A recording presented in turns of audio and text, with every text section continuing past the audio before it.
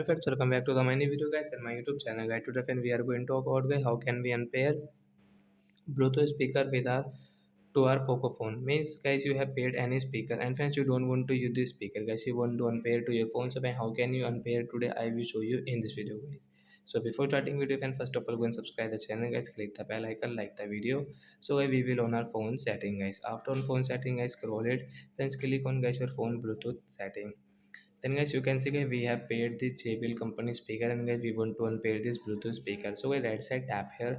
Guys you can see guys use for calls and guys you want to off, so you can off. After all guys you cannot pick up call and guys media audio guys, if you off, so you cannot use your media audio settings. So like that guys you can on and off your phone calls and media audio, but guys we want to unpair. So guys tap on unpair option, then it will unpair guys, you cannot use. If you use guys you will have to again pair, then guys you can use your Bluetooth speaker. So we will offer also speaker also guys. So that's it guys, thanks for watching the video guys, we will meet in the next video. Bye guys.